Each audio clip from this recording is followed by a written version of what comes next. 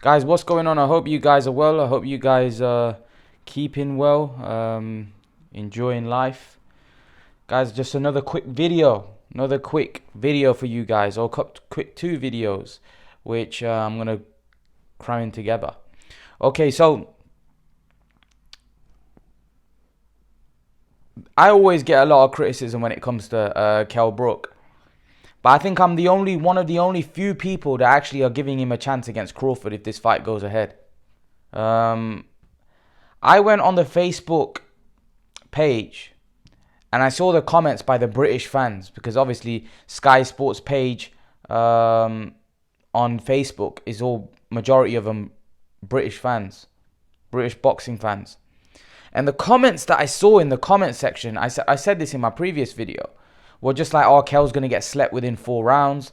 He's got no chance. Retire. You're a has-been. You're past your best. These are the type of comments that he was getting. Once again, I'll reiterate, I feel Kell Brook can win this fight. He has to do it in the first 6 rounds for me. After that, it's downhill. Because Crawford would have then absorbed his shots. Crawford's class he's gonna start picking off Brook, and it's gonna start getting messy for Kell Brook. Kell Brook's only chance in this fight, and I'll keep saying to the dumb idiots that keep coming to me and saying I'm being biased, the only chance he has in this fight is in the first 6 rounds, where he can knock Crawford out. After that, it's a downhill battle. He's not going to beat Terence Crawford down the stretch, right? How people accusing me of being biased when I'm one of the only guys that has actually given him a chance. I've just told you what most of the British fans think about this fight. They think it's a mismatch. They think there's no contest. The fact that I am thinking that Kell Brook has a chance, people think I'm an idiot that thinking Kell Brook has a chance. But I feel Kell Brook has a chance in this fight. I genuinely feel, and I say what I feel. I feel he has a slight chance in this fight early on in the first 6. If he can get to Crawford, he may be able to do something early on in the fight where he can stun him, hurt him, and potentially stop him. But again, it is far-fetched. It is far-fetched because, listen, I favour Crawford, of course, but I do think Kell Brook has a chance to win against Crawford. Kell Brook does have a chance. He can beat Crawford. It's not an impossible task like some people think. But you have to bear in mind that Kell Brook has been inactive. He's been inactive. He's not made welterweight in 3 years.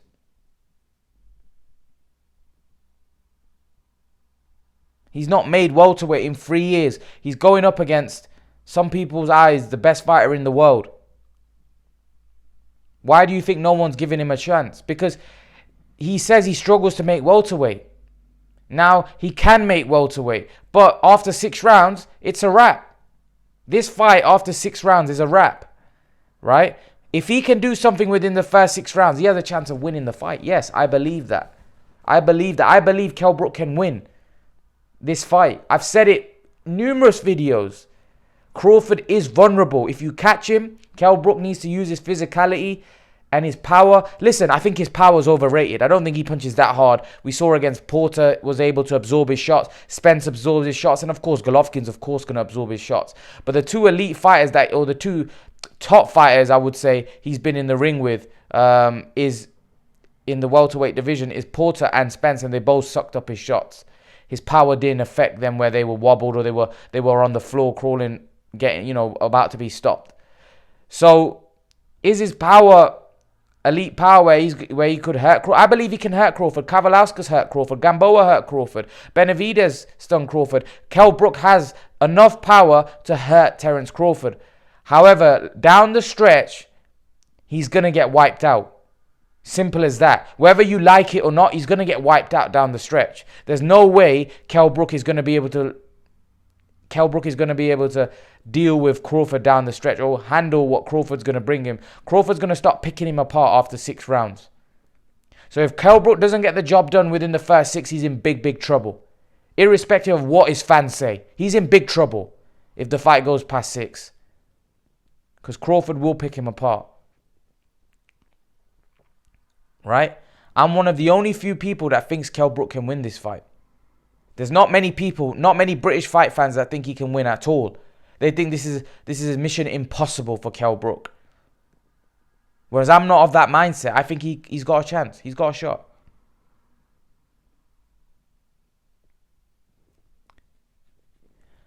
But I do think that Crawford probably wins it because he's active.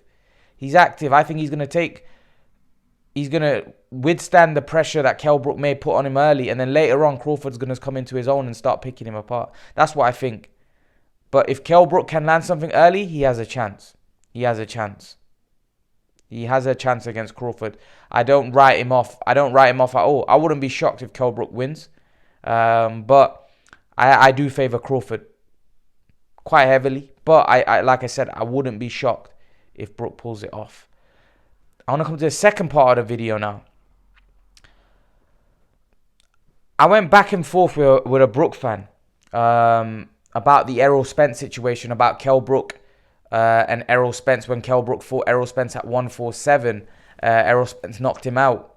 And, you know, a lot of delusional Kell Brook fans think that he could beat Errol Spence at 154. And the fact that he fought Golovkin at 160, coming down to 147 was too much, right?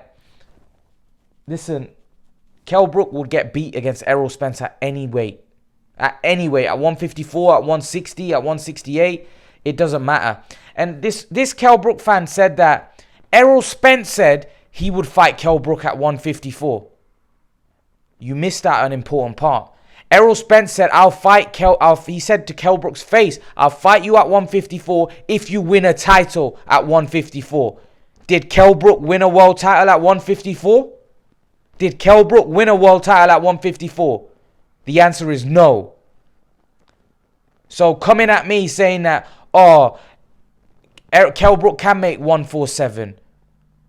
I never said Kell Brook can't make 147. When did I say Kell Brook can't make 147? But I don't want to hear an excuse if he fights Crawford that I struggle to make weight. Because that's what they said about Spence. Oh, I struggled to make weight. I couldn't make it. It killed me from coming from Golovkin. That's an excuse. Because Errol Spence fought Kell Brook. Right, let me put this out there. Errol Spence fought Kell Brook in the worst conditions possible. He went to Kell Brook's hometown to fight him, where Kell Brook's had if the fight was close, Kell Brook would have got the decision. Favorable judges, everyone was on Kell Brook's side. The situation was in Kell Brook's side. He was fighting in front of his home fans. Everything was in Kell Brook's favor on that night. Everything was against Errol Spence on that night. And yet Errol Spence still managed to find his way and win the fight. But yet Kell Brook fans are looking for an excuse of why Kell Brook lost that fight. Imagine Errol Spence had everything in his favor next time, now that he's champion, right? Kell Brook wouldn't stand a chance. He wouldn't stand a prayer. Going to Errol Spence's backyard, when the guys come to your backyard, beat you in front of your own fans, knocked you out in front of your own fans. They weren't ideal conditions for Errol Spence.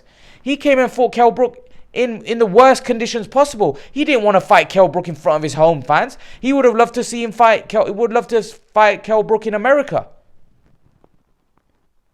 But he came to the champion's backyard and knocked him out in front of his backyard.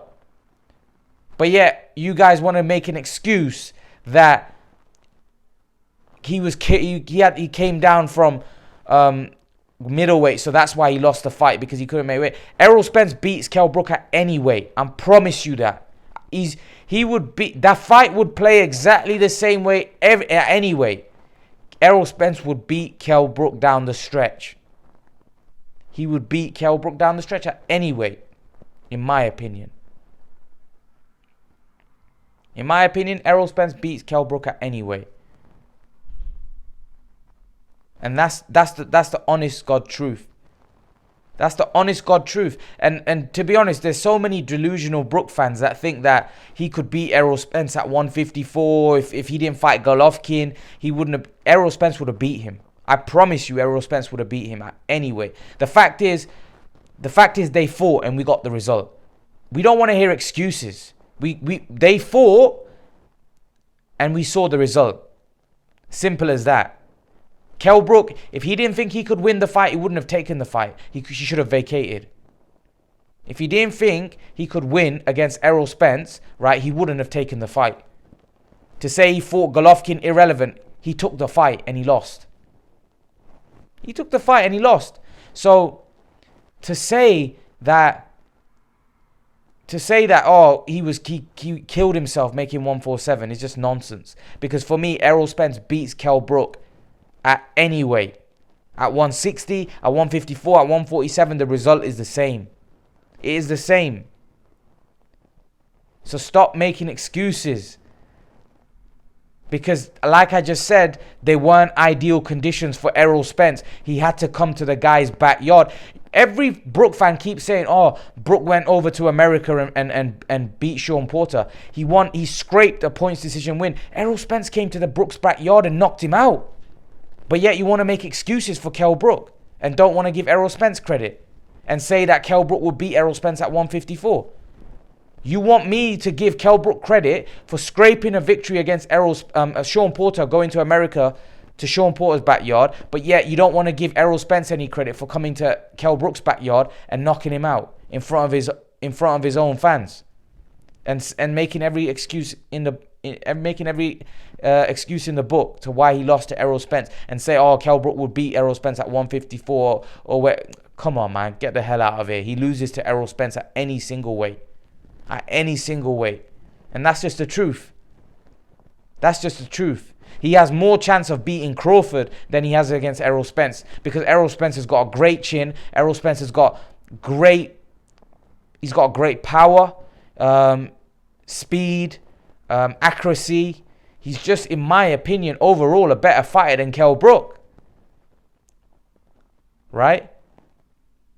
And look at the other names. He beat Porter a lot. He beat Porter. He knocked Porter down when they fought. Listen, I thought that Porter-Spence fight was very close. He beat Mikey Garcia. And now he's going to fight Danny Garcia. And he's a heavy favorite in that fight as well. Spence. So, at the end of the day, listen, man. I don't buy the excuses. At the end of the day, if Kell Brook knew that he couldn't make 147 after fighting Golovkin, shouldn't have fought him. Vacate. Rather than fighting somebody and then getting beat and ruining your reputation further. I would rather him have vacated than fight. Because if you're going to make all the excuses, I wasn't at my best, fans are paying money for that. So at the end of the day, that's my take on it. That's my take on the situation. In my opinion, Errol Spence will beat Kell Brook at any weight. And I think Kell Brook has more chance of beating Terence Crawford than he does with Errol Spence. I think Errol Spence is a different beast. I believe Errol Spence knocks out Terence Crawford. So for me, Errol Spence is the best welterweight right now, as far as I'm concerned. But leave your thoughts.